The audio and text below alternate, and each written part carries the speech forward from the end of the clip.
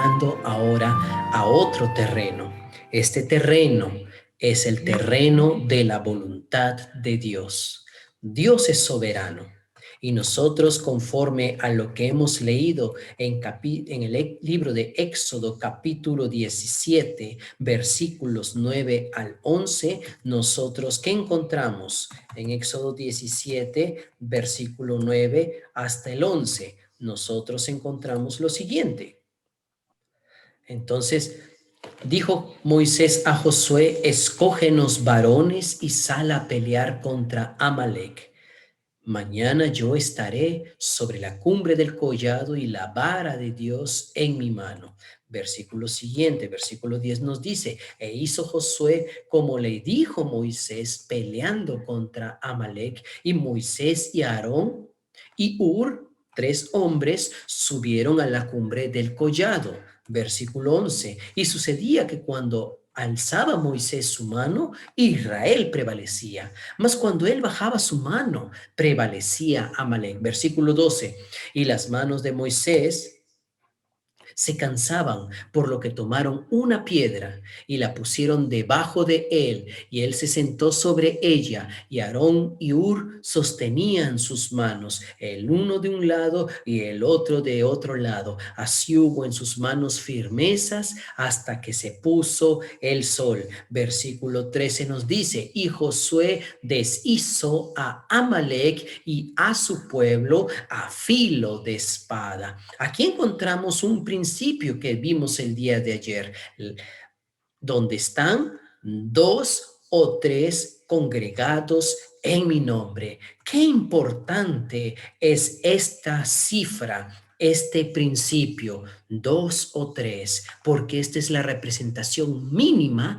de la iglesia. La iglesia no está constituida por una persona. La iglesia está constituida por muchos miembros, pero de una manera reducida o simbólica está constituida por 2 o 3 personas. Y aquí tenemos a Moisés. Él le da una orden para pelear contra Amalec. Amalec, ¿qué representa? Amalec representa en la Biblia la carne. Y nosotros tenemos una lucha de generación en generación contra la carne. El libro de Gálatas capítulo 5 nos dice que hay una batalla, una pelea entre la carne y el espíritu para que nosotros no hagamos lo que queremos. Entonces, por un lado, el espíritu quiere servir a Dios, por otro lado, nuestra carne desea servirle a nuestros propios placeres.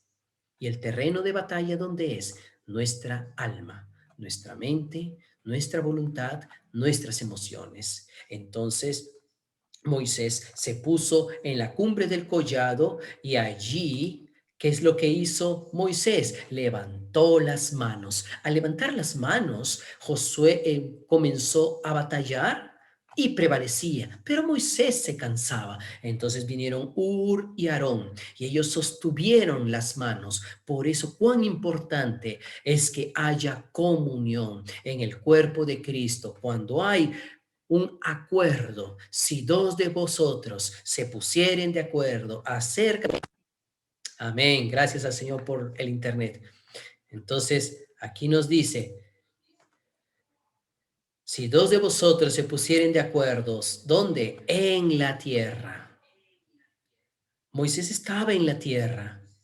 Dios quería dar victoria al pueblo de Israel, pero necesitaba que Moisés levantase las manos. Pero Moisés se cansaba, entonces necesitaba de la ayuda del cuerpo, necesitaba de ayuda de compañeros espirituales. Entonces Moisés, Aarón y Hur estaban de un lado de cada uno de sus brazos y sostenían sus brazos para que cuando él levantaba las manos, Israel prevalecía. Bajaba las manos Moisés, Amalec prevalecía. La tierra controla el cielo. ¿Dónde comienza todo? Aquí en la tierra. Nosotros pensamos que oramos desde la tierra hacia el cielo. En realidad comienza así. Dios tiene un querer. Él coloca ese querer dentro del corazón del ser humano. El ser humano ora a Dios, devuelve la oración y Dios hace su voluntad. Es como el ciclo del agua, ¿verdad? El agua fluye por medio de los ríos, va hacia el mar. En el tiempo de calor, el vapor sube hacia las nubes se llenan de agua y las nubes se cargan de agua y llueve, ¿cierto? Cuando llueve, ¿hacia dónde cae? Hacia los ríos, que va luego hacia el mar, luego el mar es evaporado, las nubes se cargan de agua y sigue ese ciclo. Ese es un ciclo, un círculo virtuoso. Este también es el ciclo, un círculo virtuoso. Dios tiene una voluntad. Dios quiere dar victoria. Dios quiere cumplir su deseo. Dios quiere cumplir su voluntad. Él coloca esa voluntad dentro de las personas, dentro de los miembros de la iglesia, dentro de tu corazón, hermana. Entonces, Él coloca dentro de ti y tú comienzas a orar. Esa oración va de la tierra hacia el cielo, pero comenzó en el cielo. Tú puedes atar o puedes desatar. Si tú no oras, Dios es limitado, pero cuando tú oras, Dios opera.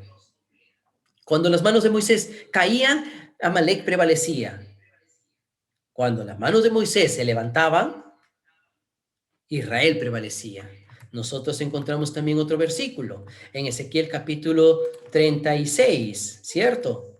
Ezequiel 36, versículo 37 nos dice, así ha dicho Jehová el Señor, aún seré solicitado por la casa de Israel para hacerles esto. Preste atención aquí. El Señor dice esto, aún seré solicitado por la casa de Israel.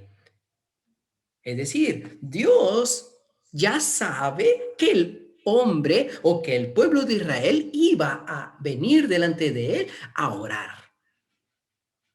Así ha dicho Jehová el Señor. Aún seré solicitado por la casa de Israel para hacerles esto. Dios quiere hacer algo, por eso el primero coloca su sentimiento dentro de nuestro corazón.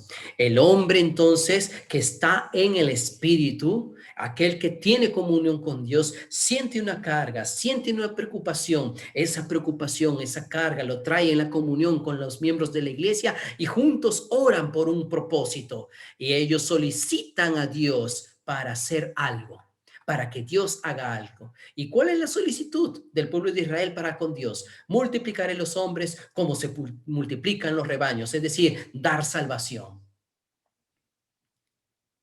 La oración de la iglesia produce salvación, hermanos.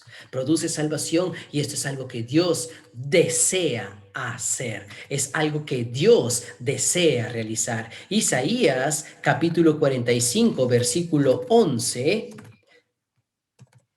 Versículo 11 nos dice, así dice Jehová, el Santo de Israel y su formador, preguntadme de las cosas por venir.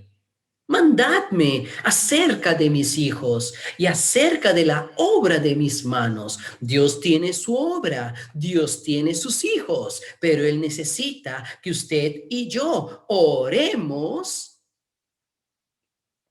y oremos con autoridad. La autoridad no la tiene solo un hijo. La autoridad Dios dio por cabeza sobre todas las cosas a la iglesia. La iglesia está sujeta a Cristo. La iglesia se somete al encabezamiento de Cristo.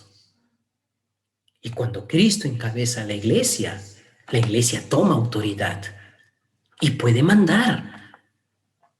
¿Será que el hombre puede mandar a Dios? No es un asunto de exigirle a Dios hacer cosas que Él no quiere. Él dice aquí explícitamente, mandadme acerca de mis hijos. Hay algo que le preocupa a Dios, las personas. Cuando está relacionado algo con las personas, con su salvación, con su crecimiento espiritual, con sus aflicciones o se extravían de la fe, Dios está muy preocupado.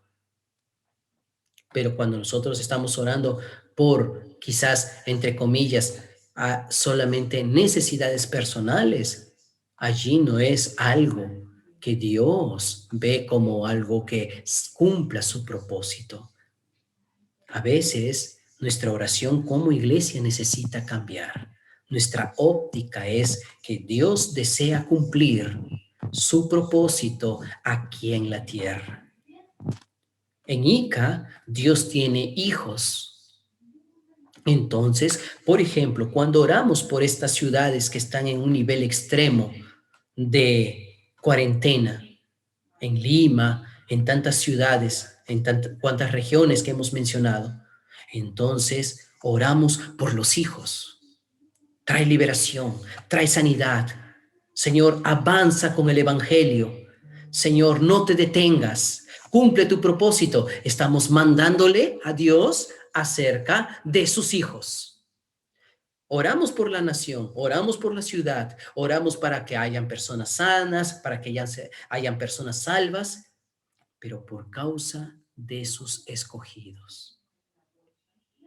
¿Se acuerdan hace meses la oración de Abraham para con Lot? Señor, si hubiesen 50 escogidos, santos, justos, ¿tú destruirías la ciudad? Él dice, no, por causa de los justos no destruiré la ciudad. Y fue reduciendo la cuota, ¿verdad? Entonces, Dios, Él no puede resistirse cuando nosotros como iglesia oramos por sus hijos. Él no se resiste. Él ama a sus hijos. Él dice, mandadme acerca de mis hijos y acerca de la obra de mis manos. Oh, hermanos, esto es algo poderoso. Nosotros podemos tener una oración de autoridad. La tierra comanda el cielo. Dios tiene un deseo, es soberano, es todopoderoso, pero necesita de nuestra colaboración, una colaboración de personas finitas como nosotros, personas que quizás no sabemos pronunciar palabras y no sabemos orar como conviene, pero Dios da esta porción para nosotros, que como iglesia mandemos acerca de sus hijos. Entonces en Mateo capítulo 26,